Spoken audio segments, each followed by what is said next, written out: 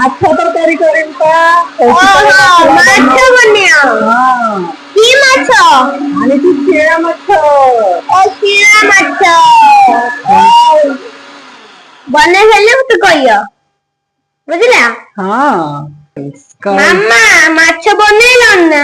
ଏଇ ମସଲା ସବୁ ଗୋଳେଇବି, ଗୋଳେଇ ସାରିଲା ପରେ କେତେ ସୁନ୍ଦର ଲାଗିବ ମୁଁ ଭାଜି ସାରିଲେ କହିବ ହେଲା। ଦେଖିଆ ମାଛ କେମିତି ହେଇଛି, ପୁରା ବଡ ବଡ ପିସ୍।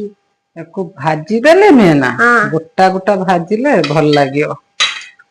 ଗରମ ଭାତ ନା ପଖାଳ? ଗରମ ଭାତ ପଖାଳ ଭାତ ଯୋଉଟା ବି ଖାଇଲେ ଭଲ ଲାଗିବ।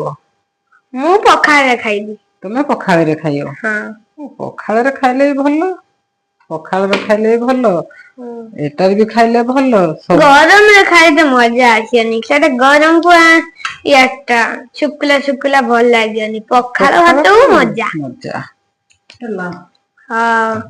ବନେଇ ସାରେ ମତେ କହିବ, ମୁଁ ଟେଷ୍ଟ କରିକି ଦେଖିବି। ମାମା ମାଛ ଭାଜିଲଣି ନା? ପକେଇଛି ବା। ପକେଇଛ ନା?